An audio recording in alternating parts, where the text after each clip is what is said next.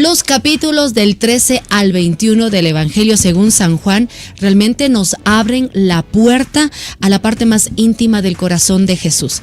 En estos capítulos lo vemos servir con humildad, lo vemos lavar los pies a sus discípulos, le vemos animarles a sus discípulos en medio de la tristeza, lo vemos prometiendo al Espíritu Santo, le vemos orando por ellos y por nosotros. ¡Wow!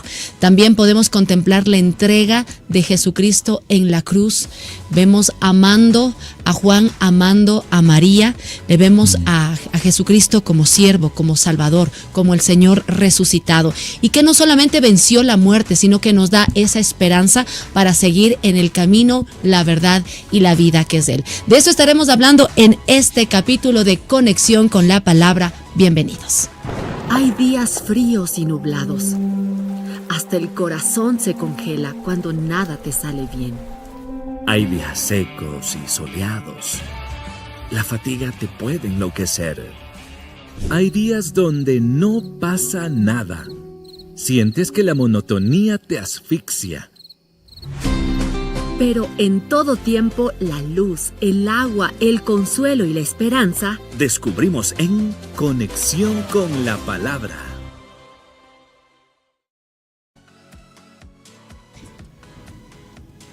Bueno, entonces estamos en este nuevo capítulo de Conexión con la Palabra y queremos hablar de los últimos capítulos como habíamos conversado ya en la introducción, señor Duval Rueda. Exactamente. Señor Duval Rueda, vea cómo le presenta, señor Duval.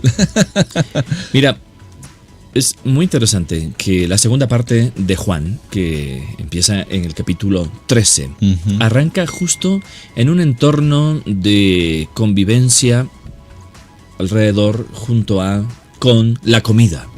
Hay una cena, ¿no? Hay una cena, pero la cena no solamente es el enfoque en alimentarse.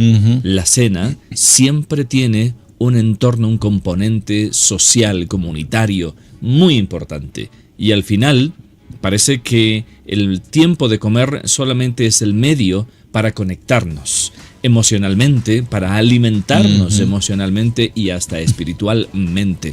Así que alrededor de este tiempo de comer, ¿cómo vamos afirmando nuestras relaciones? ¿Cómo nos vamos acercando? ¿Cómo seguimos conociéndonos un poco más? Podemos ver, entre otros aspectos, lo que ocurre alrededor de esta cena que nos muestran en el capítulo 13. Y hay algunos factores que me llaman mucho la atención. Alrededor de la cena, como tú decías, Verito, se descubre un poco más ese corazón que encarna en esencia el amor de Dios Padre, que nosotros lo vemos en Cristo Jesús, frente a una realidad de hombres como nosotros, hombres y mujeres débiles, frágiles, que no podemos sostener incluso un compromiso sólido, como es el caso de la negación de Pedro, la traición de Judas, en fin, en medio de ese contexto se da una vez más ese compromiso de amor de Dios. Y por eso también, no sé si ustedes han ido a alguna cena especial donde les han invitado, ¿no? Y de pronto tú te sientes un poco incómodo quizás o emocionado y pasa algo inesperado. O no necesariamente sabes, algo negativo. No negativo, pero sí algo inesperado. Llega alguien que ni siquiera esperabas conocer en esa cena. ¿Les ha pasado algo así, chicos? Mira, yo recuerdo, no era una cena propiamente, pero habíamos llegado hace un año, creo, del país acá al Ecuador, de otro país al Ecuador, y cumplía años mi hija. Y yo lo publiqué en redes sociales como, este sábado es el cumpleaños de mi hija, y algo, no recuerdo el texto. Y de pronto estábamos en una reunión familiar celebrando el cumpleaños de mi hija. Cuando de pronto alguien golpea la puerta, timbraron a la puerta y abrimos. Era una amiga que yo me quedé como, bueno, no era una amiga tan cercana, pero era conocida. Y llega y dice, aquí estoy porque vengo a vi celebrar la invitación. Entonces yo me ponía a pensar, ¿qué escribí para que se entienda de esa manera? Claro, fue lindo porque llegó con un regalo y obviamente no le vamos a decir no. La recibimos, pero fue algo muy curioso, inesperado, que a la final lo celebramos muy bien y fue un tiempo muy bonito. Eso es lo que recuerdo de estas celebraciones, Claro. que no era una cena, pero era algo muy íntimo, Por algo muy supuesto. lindo. Claro. ¿Sabes? Yo recuerdo una invitación que me hicieron al cumpleaños de alguien muy especial. Pero Ya. yo, la verdad, ni siquiera pensé que me iban a invitar. Ya. Entonces me mandan en la invitación y yo me quedé como, wow, a mí me invitan. A mí. O sea, wow, qué, Y no qué debo increíble. pagar. Y no, sí, y me sentí muy honrada. Claro, porque no, de pronto tú es no así. esperabas que seas considerado en una celebración en particular y de pronto te invitan. Sí. Y te sientes valorado, te sientes Especial, especial, cercano. y con personas que quizás no las conocías, pero que también puedes entablar una relación. Para mí ese cumpleaños fue muy especial, aunque llegué medio tarde, pero me sentí muy especial ser parte de una celebración a la que yo ni siquiera se me pasaba por la cabeza Claro. que me podrían invitar. Sobre fue todo, lindísimo. sobre todo cuando a veces no hay mucha anticipación para una invitación claro. a una También cena. puede ser. ocurre. Y a veces nos suele pasar que nos invitan o nos llaman por teléfono, como me pasó en una ocasión también, a una cena en particular. Pues muchas gracias, por favor me mandas la ubicación. Ajá. Ok, me mandan la ubicación y yo llego a ese lugar y ha sido como una especie de cena de gala. ¿Y ¿Y tú usted cómo fue? Me llegas? siento y veo a las demás personas y tenían bolsitas con regalos ahí Ah, junto a sus pies en las mesas y yo todo pelado.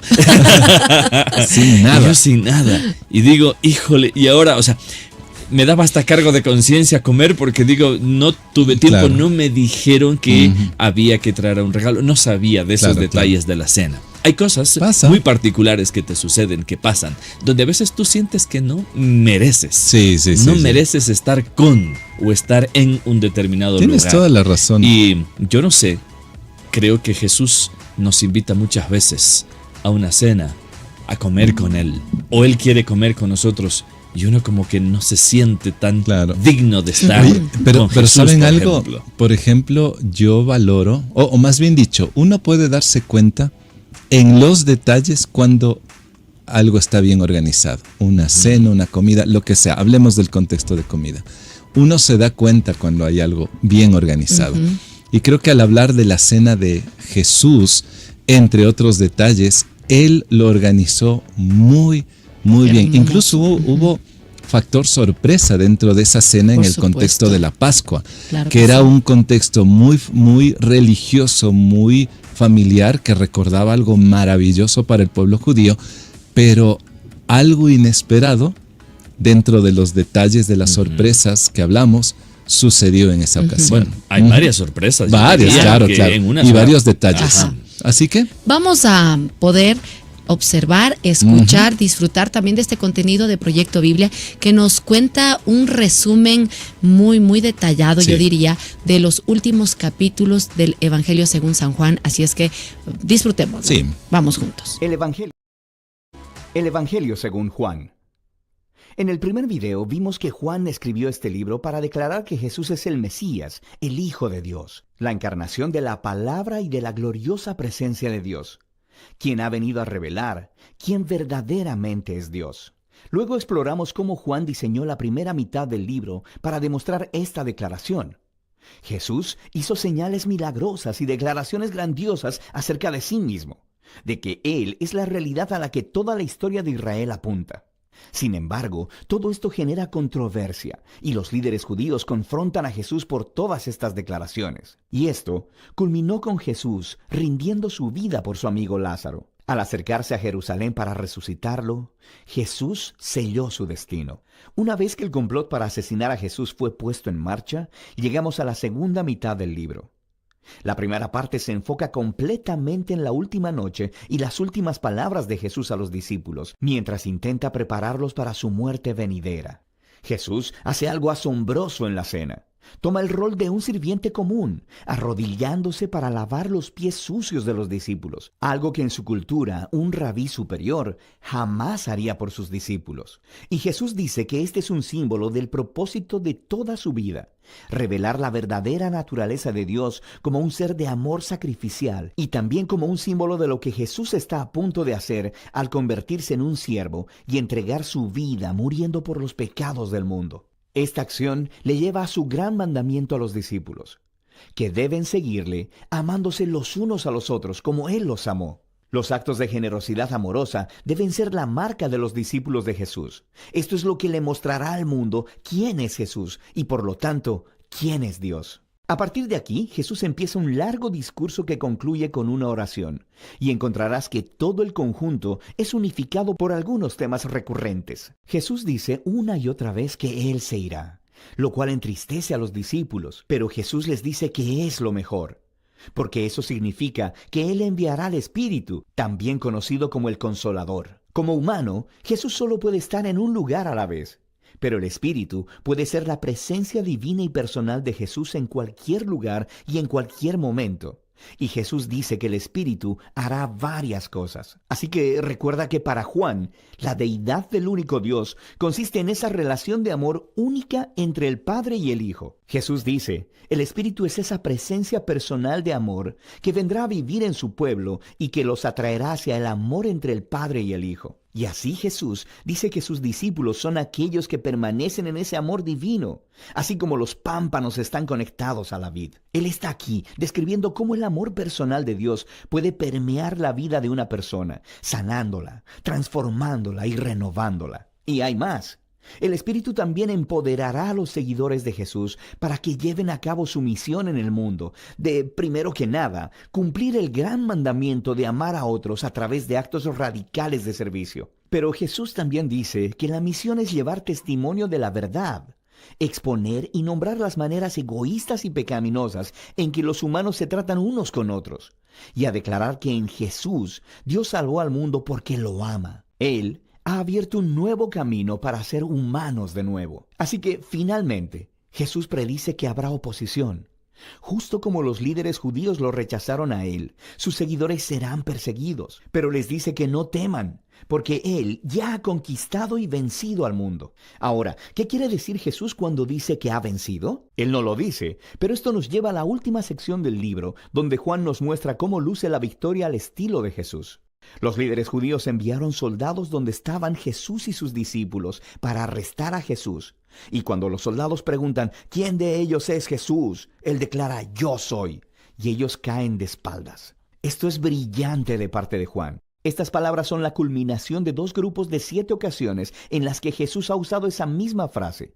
Y todo esto resalta una de las declaraciones centrales de Juan acerca de Jesús. La palabra yo soy, o en griego, ego eimi, son la traducción del griego al hebreo del nombre personal del Dios del pacto que le reveló a Moisés en Éxodo 3. También se repitió muchas veces en Isaías, y Juan ha colocado estratégicamente 7 momentos en su narración donde Jesús dice, yo soy, seguido de alguna declaración asombrosa. Yo soy el pan de vida. Yo soy la luz del mundo, la puerta de las ovejas, el buen pastor, la resurrección, el camino, la verdad y la vida. La vid verdadera. Y Juan también ha diseñado otras 7 historias que tienen momentos claves donde Jesús simplemente dice, yo soy, haciendo eco de este nombre divino. Así que aquí, mientras Jesús es arrestado, es el irónico clímax de todas estas ocasiones, porque Jesús revela su nombre divino, su poder y su victoria precisamente en el momento que está entregando su vida. Después de esto, Jesús es sometido a juicio por sus grandes declaraciones acerca de ser el Hijo de Dios y el Rey de Israel. Primero delante del sumo sacerdote y después delante del gobernador romano, Pilato, quien tiene que tomar seriamente a cualquiera que sea acusado de llamarse el Rey de Israel. Y Jesús le dice a Pilato, mi reino no es de este mundo, lo que significa que Él es un rey y que su reino es para este mundo, pero que su sistema de valores es radicalmente diferente. Su redefinición del poder y la grandeza no se procede de este mundo. Más bien, estos valores se definen por el carácter de Dios que Jesús ha revelado a través de su reino, que opera inverso a los otros reinos, que es personificado por la cruz. Es el lugar donde el verdadero rey del mundo conquista el pecado y la maldad al dejar que éstos lo golpeen. Y Jesús obtiene la victoria sobre el mundo a través de un acto de amor sacrificial. Después de esto, el cuerpo de Jesús es colocado en una tumba que luego es sellada. Y en el primer día de la semana, María y luego el resto de los discípulos descubren que la tumba está extrañamente abierta y vacía. Luego María, de repente, se encuentra con Jesús. Él está vivo. Resucitó de entre los muertos. Ahora, la resurrección de Jesús se conecta con otro patrón de 7 en el Evangelio de Juan. Regresando a la boda en Caná, cuando Jesús convirtió el agua en vino, Juan nos dijo que esa era la primera señal de Jesús. Él también identificó la segunda señal, la sanidad del niño enfermo en el capítulo 4. Pero después de esto, Juan te deja que lleves la cuenta. Y si lo has hecho, habrás notado que la sexta señal fue la resurrección de Lázaro, la cual Jesús hizo a costa de su propia vida. Así que todas las señales apuntaban hacia esta séptima señal, la más grande de todas, en la culminación de la historia, la propia resurrección de Jesús. Esta demuestra la declaración de Jesús de que es el Hijo de Dios, el autor de toda vida, cuyo amor ha conquistado a la misma muerte. Después de la tumba vacía, Jesús se reúne con todos los discípulos y los comisiona, enviando al Espíritu como Él lo había prometido, para que ahora la misión que Él recibió de su Padre pueda continuar a través de ellos. Después de esto, el libro concluye con un epílogo que describe la misión continua en el mundo de los discípulos de Jesús. Algunos de ellos están pescando y no están capturando nada. Entonces Jesús se les aparece en la costa, pero ellos no lo reconocen, y Él les dice que echen su red al otro lado del bote. Y cuando le obedecen, capturan muchos peces, y es solo entonces que le reconocen como Jesús. Aquí Jesús está ofreciendo una imagen del discipulado que Él ordena. Sus seguidores serán más efectivos en el mundo cuando su enfoque no sea en el trabajo como tal, sino simplemente en escuchar la voz de Jesús y obedecerle cuando Él les hable. Entonces es cuando ellos verdaderamente le verán obrando en sus vidas. Después de esto, Jesús habla con Pedro y lo comisiona como un líder especial en el movimiento de Jesús, indicando que él también daría su vida un día. Pero en contraste con Pedro, los últimos momentos de la historia se enfocan en el autor de este evangelio, el discípulo al que Jesús amaba. Y a diferencia de Pedro, su trabajo no era dirigir el movimiento de Jesús, sino más bien dedicar su larga vida a llevar el testimonio de Jesús, para que otros creyeran en él. Y eso es justamente lo que ha hecho aquí, al escribir esta asombrosa historia acerca de Jesús, el Mesías, el Hijo de Dios. Y de eso es que se trata el Evangelio de Juan. Impresionante, ¿verdad? Qué resumen de esta segunda parte del Evangelio de Juan, justamente en conexión con la palabra. Tú puedes también, vale la pena mencionar, que estamos en vivo a través de nuestro Facebook, así que nos puedes encontrar en HCJB. Y ahora sí, en materia, no vamos a ver todos los capítulos porque pasaríamos horas y horas, solamente ir matizando algunas detalles. Por ejemplo, en el capítulo 13 hay una amplia información que no se encuentra en los otros evangelios, como Mateo, Marcos, Lucas, y que Juan en realidad se detiene a describir las horas finales de Jesús. Claro. Que no lo encuentras en los otros evangelios, como ya lo mencioné, pero justamente en el capítulo 13 me llama la atención que se acercaba la fiesta de la Pascua, y hay un detalle aquí. Jesús sabía que le había llegado la hora. Recordemos que en muchas otras ocasiones a Jesús ya intentaban quitarle la vida, pero Jesús sabía que no era el momento.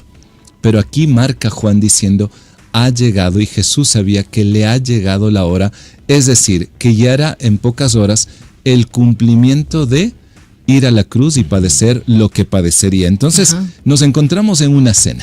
Sí, y sabes que me encanta porque generalmente uno cuando lee el Evangelio quizás no estuvo consciente que los capítulos desde 13, 14, 15, 16 están en este momento, en la última cena, en la a veces en los otros evangelios se habla, ¿no? Que Jesús estuvo ahí, que les lavó los pies, pero pare de contar. Claro. Pero a mí lo que me impacta es poder mirar, leer, entender lo que Jesús habló en ese tiempo, en ese momento. Exacto. Y estos capítulos nos están contando de manera vívida, de manera muy, muy íntima. Por eso muchos teólogos dicen que el capítulo 13 al 17, de manera muy particular, es una de las secciones más amadas y queridas del Nuevo Testamento, porque puedes ver a Jesús en su parte humana y divina. Claro. Puedes ver a un Jesús que se humilla, y lo más tenaz de todo esto es que si Juan está mostrando que Jesucristo es el Hijo de Dios, que es el Dios hecho carne, y empieza a hablar de que Jesús lava los pies a sus discípulos,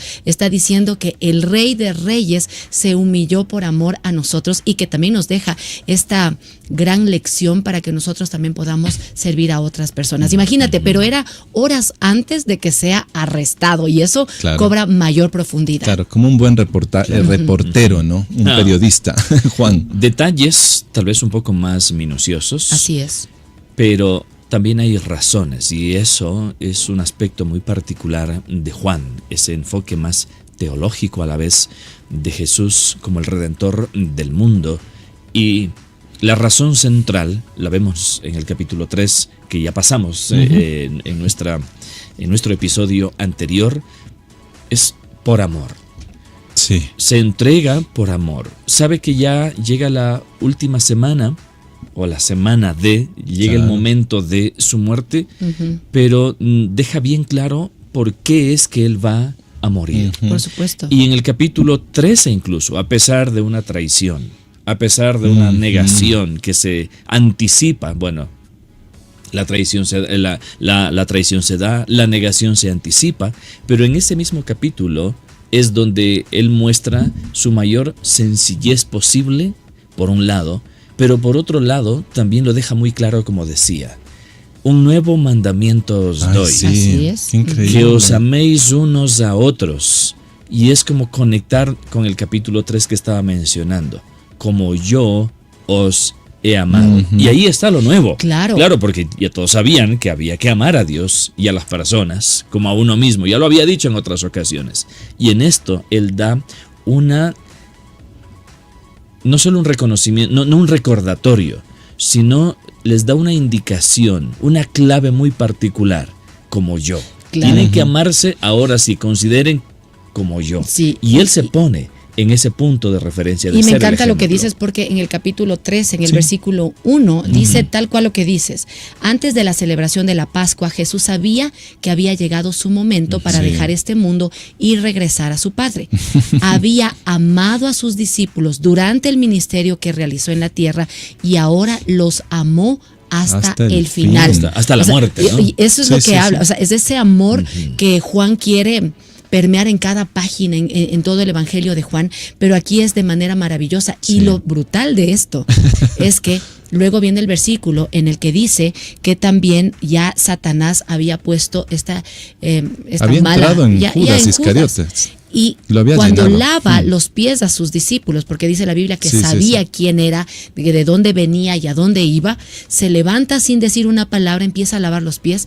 Pero para mí es increíble pensar que Jesús lava los pies de su traidor. Exacto. Oye, y eso es No interesante. está divorciado de ese acto, ¿no? Claro. Inesperado en la cena. Por supuesto, porque en las tierras de la época de Jesús habían sandalias y era necesario lavar los pies. Y ¿sabes qué hacía el hospedador como cortesía? Era que llamaba a uno de sus esclavos, y generalmente al más bajo de los esclavos, para que lave los pies de sus invitados.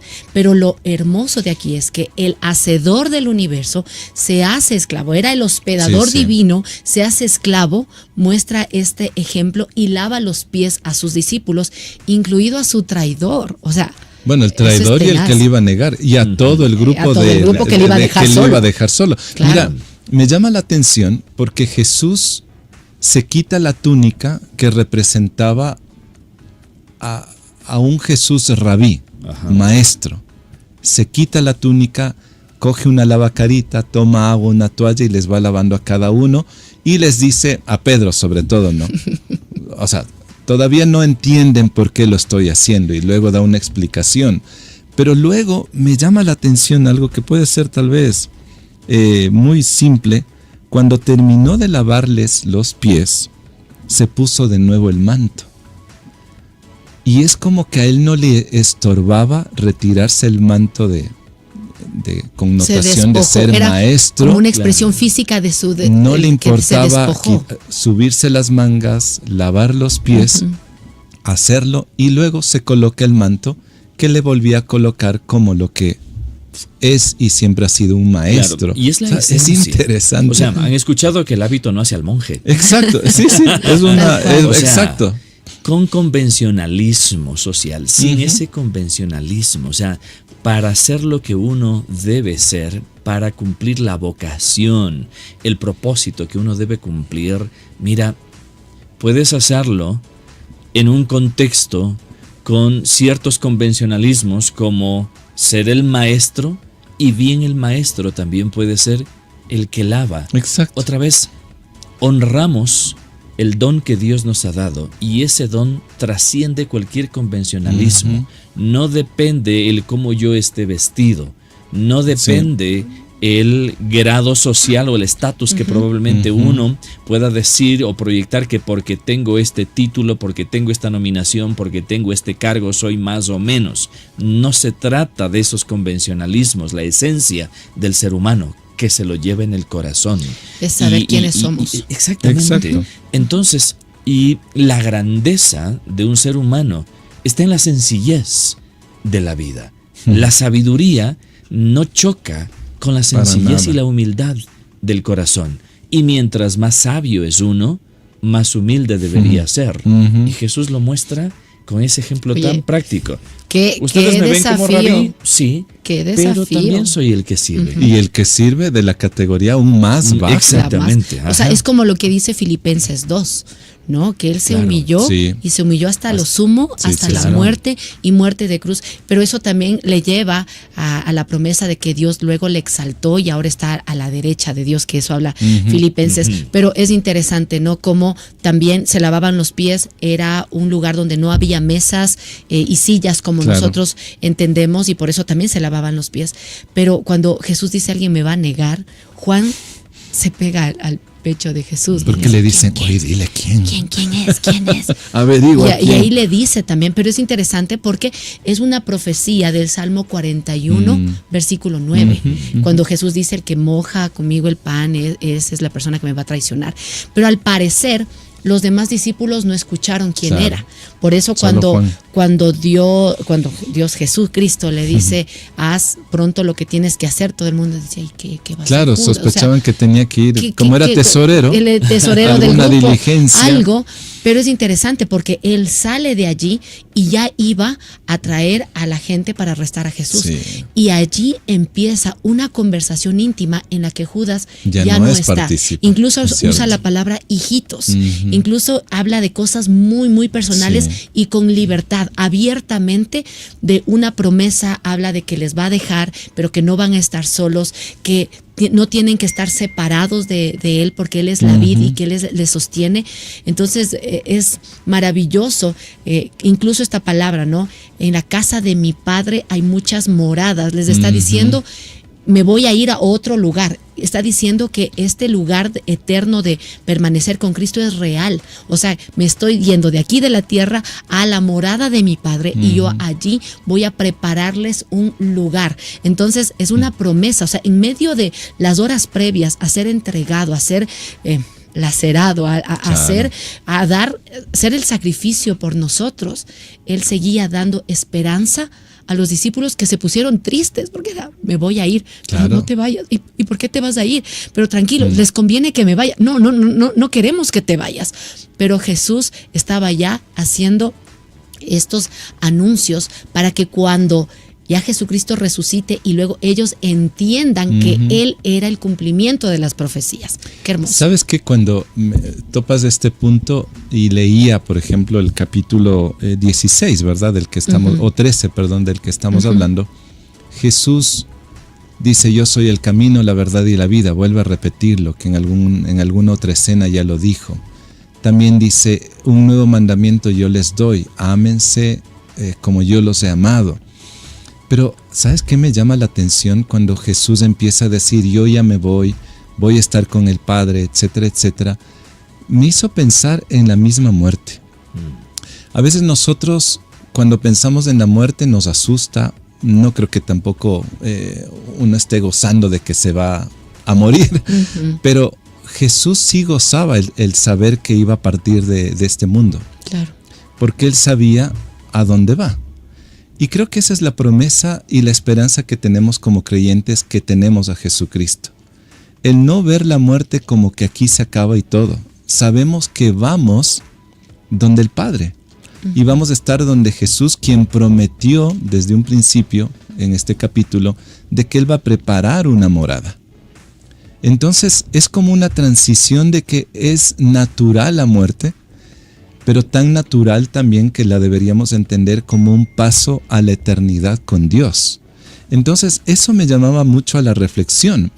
Y también luego Jesús hace como una teología de la sustitución cuando Él dice: yo soy la vid verdadera. Y encontraba un texto, lo voy a buscar aquí.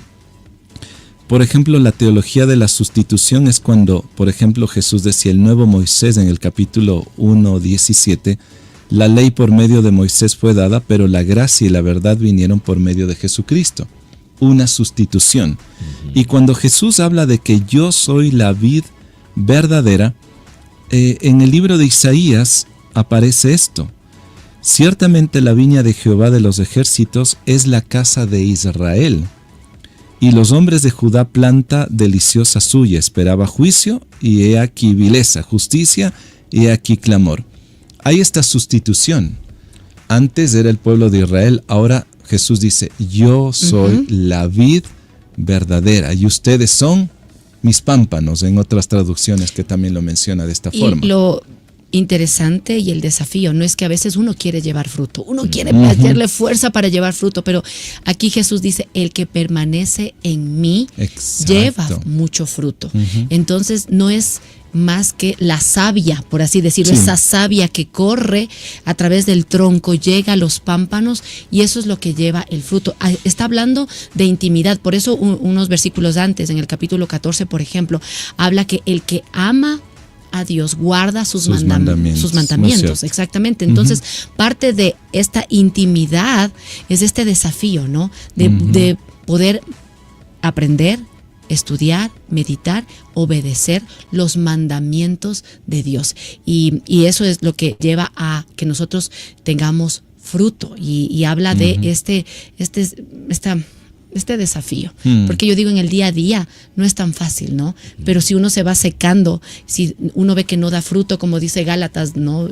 5, ¿no? Que amor, gozo, paz, paciencia, ese es el fruto.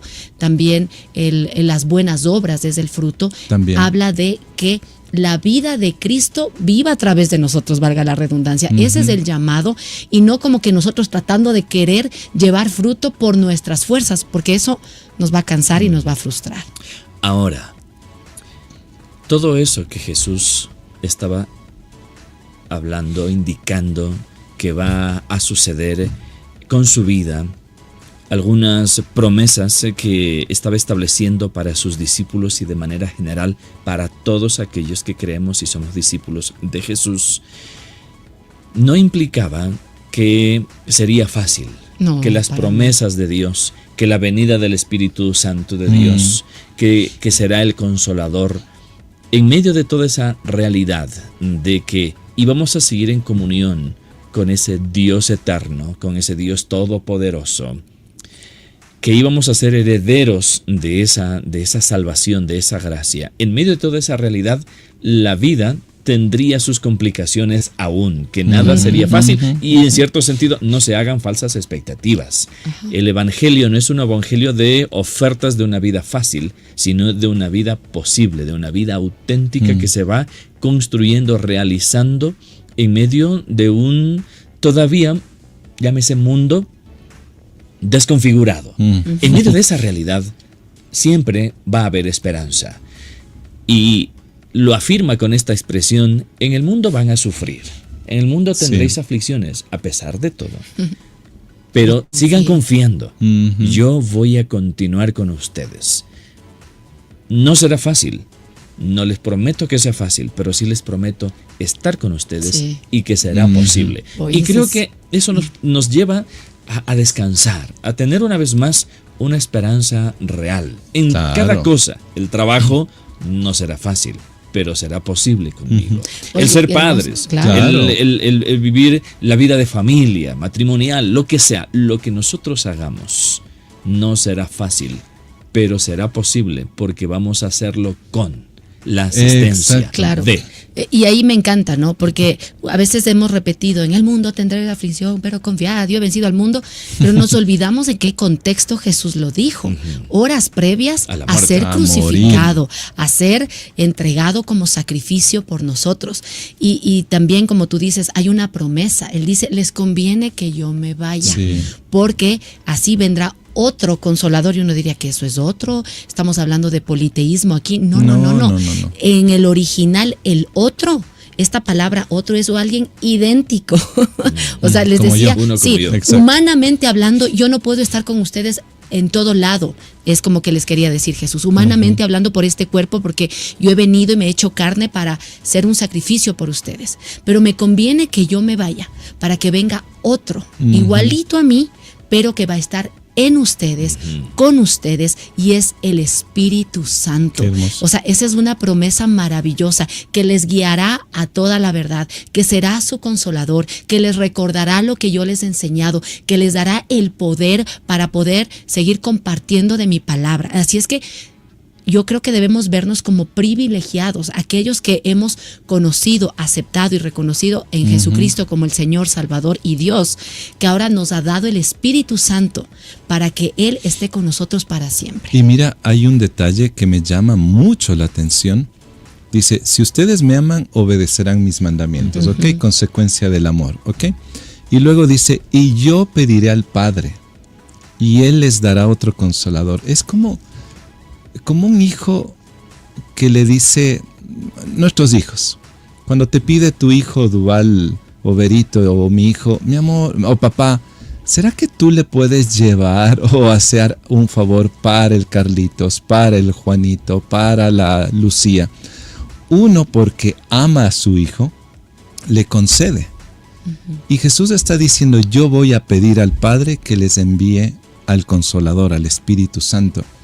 Es como que Él sabía la necesidad que nosotros como humanos íbamos a enfrentar y la necesidad de la cual no podemos hacerlo sin la fuerza, sin la compañía del Espíritu de Dios. Y me encanta también luego las dos preposiciones, ¿no? Que estará con ustedes y en ustedes. Y esto me parece impresionante, Claro. saber que está con ahora mismo y está en los hijos en de nuestro Dios. interior. ¿Y sabes por qué es interesante esto? Porque en el Antiguo Testamento el Espíritu Santo iba Y estaba o con. sea, estaba, sí, pero Claro. también estaba un momento. Claro. Y luego era como que iba y salía. Pero en este momento, lo que está diciendo Jesús es, va a estar con ustedes siempre. O sea, va a estar en Exactamente. todo momento. No es que va a estar un ratito y se va a ir como pasó, por ejemplo, con Saúl, ¿no? Que dice la Biblia en el Antiguo Testamento que cuando él pecó y todo, había el Espíritu de Dios se apartó de Saúl. Pero aquellos Sí, que sí. hemos puesto nuestra fe en Jesucristo, confiamos en Él, es de esta promesa que está en y con nosotros. Así es que eso es lindísimo. Pero hay algo que a mí en lo personal me conmueve, me anima y no quiero llorar, pero es una oración que Jesús hizo. Porque otra vez, si tú llegas a entender que esta oración la hizo previo a que Judas le entregue Claro. para que vaya a la cruz, cobra una profundidad mayor. Y por eso algunos hablan de que esta es la oración sumo sacerdotal de Jesucristo. Es una oración que intercede. Y hay una... Capítulo 17 de capítulo Juan. 17 de Juan. Y Marcus Rainford dice que toda oración dentro de Juan 17 es una hermosa ilustración de la intercesión de nuestro Señor a la diestra de Dios. No hay ni una sola palabra contra su pueblo, ni una sola referencia a sus fracasos o faltas del pueblo de Dios. Jesús habla de ellos como eran en el propósito del Padre, que estaban vinculados como receptores de aquella plenitud. Entonces, o sea, el Señor no pide riquezas para sus discípulos, ni honores, ni influencia mundana, por así decirle, ni grandes puestos, pero sí ora fervientemente para que sean guardados del mal, o como dice el original, del maligno. Separados del mundo, preparados para el deber y llevados a salvo al hogar celestial. O sea, me encanta porque la prosperidad del alma es la mejor de las prosperidades y es el índice de la verdadera prosperidad. Eso es lo que está Jesús orando. Oró por sus discípulos, Sí. que dice que ninguno se perdió porque Judas ya no estaba ahí, pero también ora por los que han de creer. Y allí estamos los que por la gracia de Dios hemos creído, y Él oró por nosotros. Y cada vez que uno lee la Biblia, cada vez que uno obedece, es una respuesta de Dios Padre a la oración de Dios Hijo en este capítulo de Juan 17. Y mira, hay una parte en este capítulo 17, versículo 20, que dice: no ruego solo por estos, es decir, por estos 11 que estaban en ese rato, porque Judas ya no estaba, ruego también por los que han de creer en mí por el mensaje de ellos. Y mira, ahí me ponen la responsabilidad, el privilegio de que yo no puedo permanecer callado. Esa es una misión integral. Es esa misión que se habla mucho de, esa misión que se encarna en medio de la sociedad, de la cual Dios ya oró por quienes yo también puedo compartirles y pueden creer en Cristo Jesús. ¿Me explico? Entonces, Jesús oró por ti, Duval, oró por la Vero, oró por mí, porque alguien también nos anunció el mensaje de Jesús. O sea, es una cadena que no la podemos descuidar ni romper, no se va a romper. Pero es interesante que Él ora por cada uno de los que va a creer, por el mensaje de ustedes, de los discípulos de Jesús.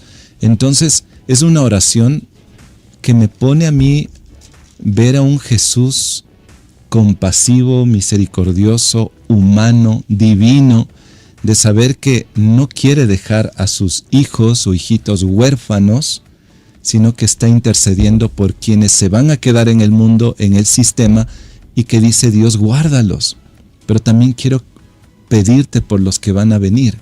Entonces es una oración, entre otros detalles, que también se encuentra allí, ¿no? Sí, ahora, también a veces tendemos a elevar a un nivel mágico, por ejemplo, la oración de manera general, incluyendo la oración de Jesús.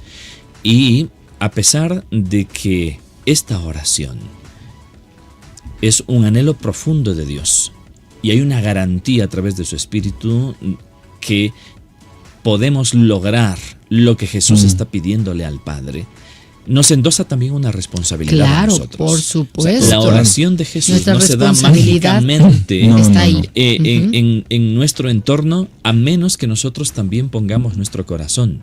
Por eso es que en el contexto, por ejemplo, en el capítulo 13, vamos viendo esas responsabilidades.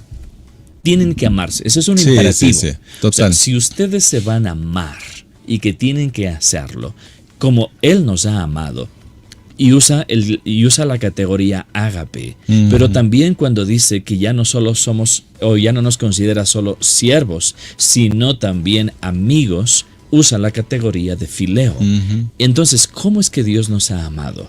Con ese amor de sentido, de propósito, con ese amor que evidencia el fruto de la presencia del Espíritu Santo en nosotros, con paciencia, con gozo, con dominio propio, y podemos seguir hablando en ese sentido, pero también de modo afectivo. También. Y esta es una responsabilidad de ustedes. Y Él ora al Padre para que aquello que el Espíritu nos va a capacitar para que lo podamos desarrollar, suceda, pero no va a suceder sin que nosotros demos un paso.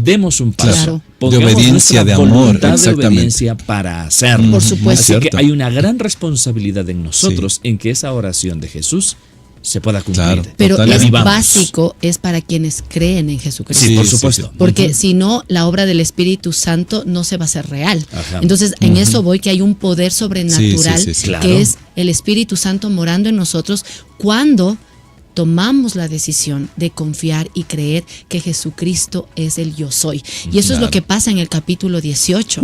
Porque cuando ya Jesús termina de orar el capítulo 17, entonces viene Judas con... Pero antes se fue cruzaron al monte de los olivos. Exactamente. ¿verdad? Pero es interesante en el capítulo 18 que cuando ya viene Judas a entregarle a Jesucristo y empiezan, ¿quién es Jesús? Y todo. Hay un texto que a veces uno lo pasa por alto y que dice: ¿a quién buscan? Les preguntan, a Jesús de Nazaret contestaron. Y él dice: yo soy. ¿No es cierto? Y dice: todos retrocedieron y cayeron al suelo. Y uno diría, o sea, ¿cómo? Solo dijo yo soy. Yo soy. Pero lo interesante de este yo soy es como por ejemplo el doctor Joselito Orellana en su libro de Pastoral a Juanina dice que este yo soy causa conmoción y se asusta a la gente porque lo dice en el Yahweh, en el hebreo, el yo soy del Antiguo Testamento que se reveló a Moisés. Era que no podían ni nombrar, ¿no? El tetragramaton que le dicen, era que no podían ni nombrar. Y cuando dicen, ¿dónde está Jesús de Nazaret?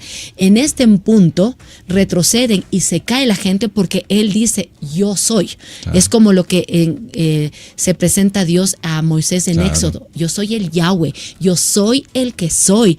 Y eso causa como un shock, y por eso la gente retrocede y luego insisten a quién buscan y él luego lo dice en griego, yo soy, y se entrega, muere en la cruz. Y hay tantas otras cosas que podríamos seguir hablando, chicos, como cuando Jesús le dice a Juan que le cuide a María de una manera ternura, en medio del dolor. Hacer eso a mí me impacta sinceramente porque Juan escribió todo esto para que todo el que lea, el Espíritu Santo lo convenza de pecado, de justicia y de juicio y crean. Y para que el que cree que Jesucristo es el Hijo de Dios, que murió, resucitó por nuestros pecados, tenga vida eterna. Esa es la razón por la cual fue escrito Juan. Y mira, hay otros episodios que te invitaríamos a que los leas. El libro de Juan es maravilloso, como todo el Evangelio y todo el Antiguo y Nuevo Testamento. Pero también hay algo que me encanta, es la restitución de Pedro. Sin entrar en tanto detalle, en los últimos capítulos de Juan, Pedro era el hombre que le negó. Y Jesús, le niega 3 veces delante de la gente, ¿no? Incluso reniega y creo que lanzó algunas palabrotas ya para justificar que no, yo no soy del grupo de Jesús, que no. Y luego canta el gallo y recuerda las palabras de Jesús que le dijo, tú vas a negarme antes de que cante el gallo. Pero Jesús lo restituye y aquí yo quisiera animar a quien de pronto se ha sentido así. A lo mejor ha tenido en lo que lleva de este año un año complicado y a lo mejor se ha puesto a preguntar, Jesús me ha fallado y yo por eso también le he dado la espalda. Pero a pesar de eso, Jesús le preparó un desayuno, rico desayuno a él y a todos los demás, y empieza a restituir a Pedro. Y lo restituye de una manera impresionante que es un bálsamo para su corazón. Y quisiera animarte a ti, amiga y amigo, que justamente te permitas ser restituido por Jesús. Hayas hecho lo que hayas hecho, te haya sucedido lo que te haya ocurrido a lo mejor durante este año o meses atrás. Jesús está para restituirte y Él no se ha olvidado de que también tú tienes esa marca del Espíritu de Dios en tu vida si es que tú has creído en Él. Entonces habla también de restitución de principio a fin. Y si es que tal vez tú nos estás mirando o nos estás escuchando y tal vez no has tomado esa decisión de seguir a Jesucristo, esta es nuestra invitación, que tal vez puedas mirar el libro de Juan cuando lo leas con otros ojos y que permitas que le puedas conocer a ese Jesucristo que te da vida eterna, esta vida Zoe, esta vida que no muere, o como dicen hebreos, la vida indestructible, que Jesucristo murió en una cruz, que por nuestros pecados fue sepultado, pero resucitó y un día regresará, porque eso dice en Juan, que en la casa de mi Padre hay muchas moradas y Él va a venir y nos va a llevar a quienes hemos creído en Jesucristo. Y esa es nuestra invitación hoy. Si tú no le has invitado a Cristo, más que unas palabras mágicas es, Señor, creo que tú eres Jesús el Salvador. Quiero que mi alma sea salvada y rescatada para tener vida eterna, que lo puedas decir con tus propias palabras y de todo corazón. Vas a ser salvo. Y esa es nuestra invitación y nuestro reto. Y para ti que dices y que somos seguidores de Cristo, que podamos seguir creyendo, porque eso también es parte de porque escribe Juan, para que sigamos creyendo y que esa vida que no muere pueda ser un instrumento útil para seguir compartiendo del Evangelio a quienes no lo conocen. Muy bien, con esta reflexión, con estos datos pequeños, por cierto, de tanto detalle que encontramos en el libro de Juan, pues te invitamos como parte de ese reto, tal vez en estos días o en este mes que vamos a iniciar, en el nuevo mes de septiembre, tú puedas ir leyendo paulatinamente, meditando el Evangelio de Juan. Te invitamos a que lo hagas. Esto fue Conexión con la Palabra. Gracias por haberte unido a la señal o a la transmisión también, que lo hemos hecho directamente en Facebook. Quedará allí para que tú lo puedas mirar en otro momento, compartir, y está también en nuestra página web todos los episodios. Hasta aquí ya el número 27, así que hay un buen material. Lo encuentras en hcjb.org.